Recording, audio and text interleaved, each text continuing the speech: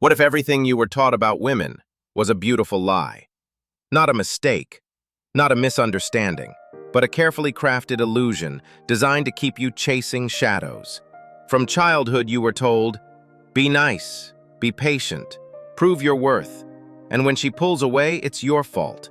When she manipulates, you're overreacting. When she disrespects you, you should try harder. But what if the game was never fair to begin with? This video isn't meant for everyone.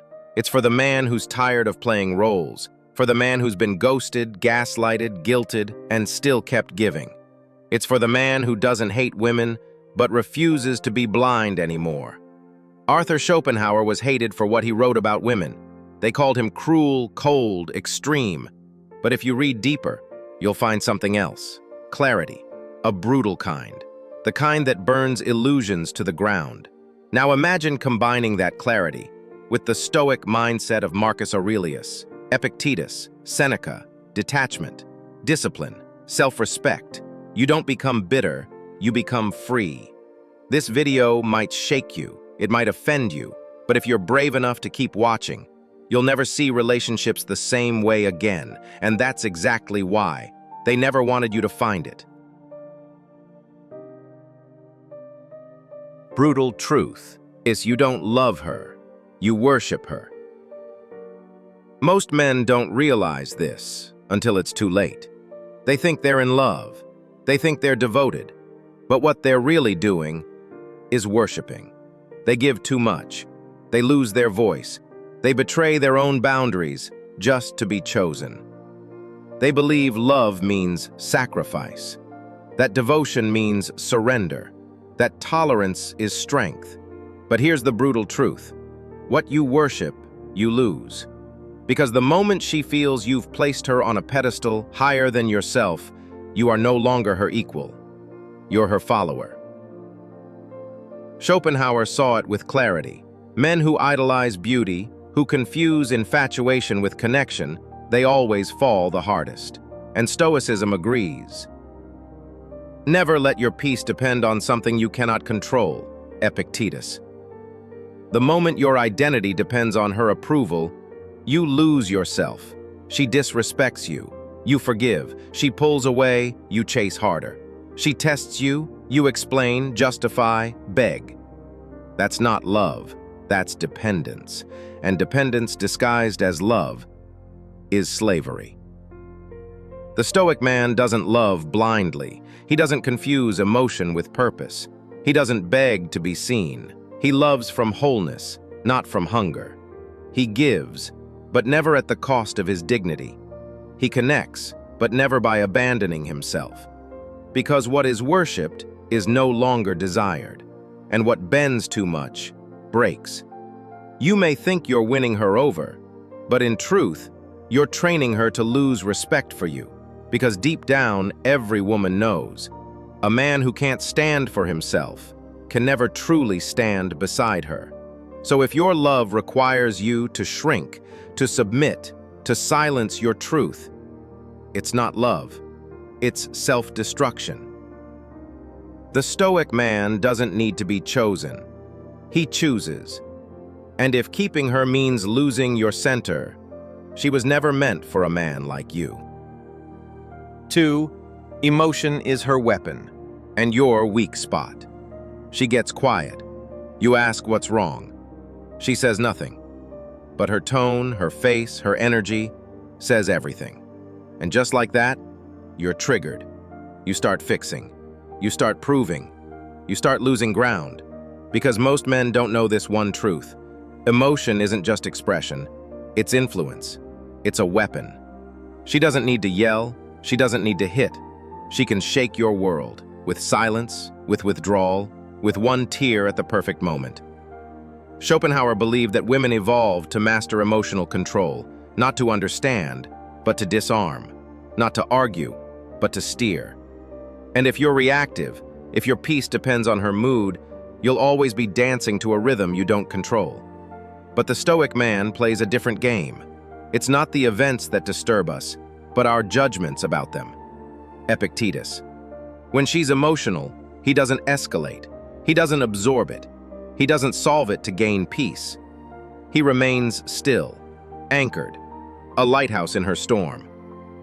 Because emotional control isn't indifference, it's power.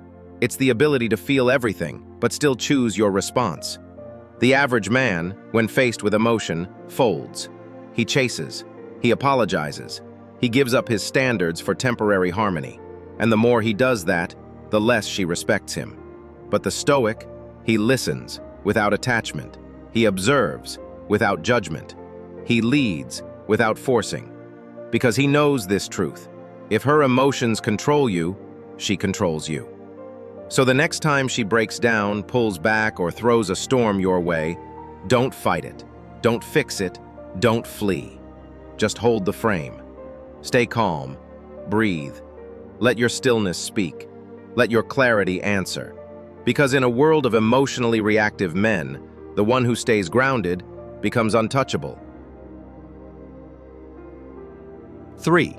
She creates scarcity to control you. She was warm yesterday. Today she's cold. Last week she texted first. Now she takes hours to respond. You wonder what changed. You replay every conversation. You try to do better, but nothing works. Because this isn't about what you did, it's about what she's doing. Here's the brutal truth. Scarcity creates power. And when used deliberately, it creates control. She pulls back, so you lean in. She creates space, so you fill it with effort, with words, with overcompensation. But the more you try to close the gap, the more power she holds. Schopenhauer saw this pattern as instinctive. He believed women learned to manipulate attention by giving and withholding it, not out of cruelty, but as a survival strategy. Keep him unsure, keep him chasing, keep him trying, and he'll never stop unless he sees the game. The Stoic man does. If you want to improve, be content to be thought foolish. Epictetus. He's not afraid to be misunderstood. He doesn't rush to explain himself. He knows silence isn't rejection, it's information. He doesn't chase what's pulling away. He observes, he evaluates, he detaches if necessary, because every time you reward inconsistency, you tell her inconsistency works. The average man panics. He texts more, he begs for clarity, he over-delivers, hoping to restore connection. But the Stoic pulls back just as far, if not further. Not to play games, but to protect his peace. Because if she's using distance to control you, you must use distance to free yourself. You don't beg for attention, you don't earn back love with effort. You let behavior reveal intent, and you respond accordingly. So the next time she disappears, don't go after her. Pause. Watch. Let her reveal herself. Because a man who isn't afraid to lose her is the one she can never control. 4. Testing isn't random, it's a filter. You're getting closer. Things feel good. And then, out of nowhere, she challenges you. A sarcastic jab, a sudden cold tone, an emotional outburst over something small. You freeze. You try to fix it. You over-explain. But here's the truth no one told you. She's not looking for comfort. She's looking for strength. That jab wasn't about the words. That silence wasn't about the issue. That storm wasn't about logic. It was a test. Schopenhauer believed that women, consciously or not, test men to reveal their center. They look for the cracks, not because they're cruel, but because they need to know, can he handle me at my storm?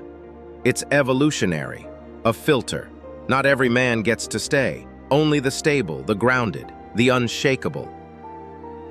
The Stoic man sees the test and remains still. Be tolerant with others, strict with yourself. Marcus Aurelius. He doesn't explain himself endlessly. He doesn't react emotionally. He doesn't play her game. He holds the frame. He knows she's not asking, "Do you love me?" She's asking, "Can you lead when I can't? Will you collapse under pressure or breathe through it?"